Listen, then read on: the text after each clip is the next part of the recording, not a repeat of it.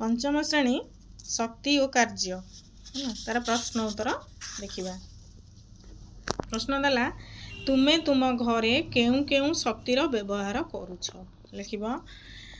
आमे ताप शक्ति और विद्युत शक्तिर व्यवहार करूछु। ख नंबर ताप शक्ति रे तीनोटी उत्सर नाम लेख लिखिबा।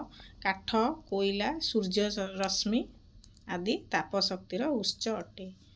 ग नंबर इंधन कहले कौन बुझुछ लिखिबा। काठ कोयला पेट्रोल किरोसिनी आदि जलिले ताप शक्ति जात हुए, तेणु एगुड़ी को आमे जाळेणी रूपे बा इंधन रूपे व्यवहार करिथाउ।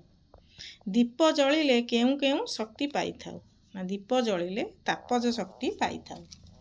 2 नंबर तुम घरे विद्युत नाही बा लाइन कटि जाइछि, राति रे पाठ पढ़िया पई तुमे केउ केउ इंधन व्यवहार करि परिबो लिखिबो। किरोसिन प्राकृतिक गैस और बैटरी। बाण फुटिले केउ शक्ति उत्पन्न हुए लिखिबो। बाण फुटिले तापज शक्ति बा आलोक शक्ति सब और शब्द शक्ति रे रूपांतरित हुए। तापरे कारण दर्शाओ देला। खाद्य खाइले आमे कार्य करि पारु, कारण खाद्य रे रासायनिक शक्ति थाए। खाद्य खाइले एही शक्ति जीव माननकु कार्य करिबा पई समर्थ कराए, फलरे आमे कार्य करि पारु। ख नंबर देला पेट्रोल सरीगले मोटरसाइकल बंद हो जाए, कारण पेट्रोल गोटिए इंधन और एथिरे रासायनिक शक्ति थाए। एही शक्ति मोटरसाइकल को चलाइबारे शक्ति जोगाई थाए, तेणु पेट्रोल सरीगले मोटरसाइकल बंद हो जाए। बन्या समय रे घर द्वार भासी जाए लिखिबा। बन्या जल स्रोत रे यांत्रिक शक्ति थाए, एही शक्ति फलरे बन्या समय रे घर द्वार भासी जाए।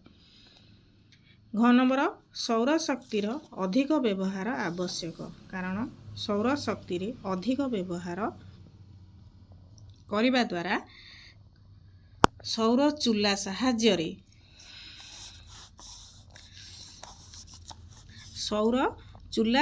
रे रंधन कार्य जल गरम करिबा आदि कार्य करा जाउची, तेणु सूर्य रश्मि रो शक्ति को सौर बैटरी रे गच्छित करी रखा जाउची। एहा साहाय्य रे विद्युत उत्पादन करा जाउची। सौर बैटरी व्यवहार करी मध्य जानवाहन नियंत्रण करा जाउची।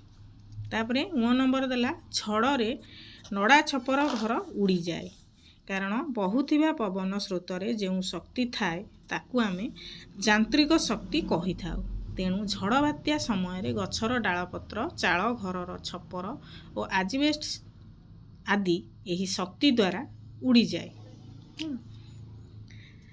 तापरे 5 नंबर देला ठीक भूल मारिबो।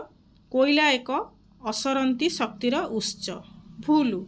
सौर शक्ति हेउची सबु शक्तिर मूल उत्स ठीक।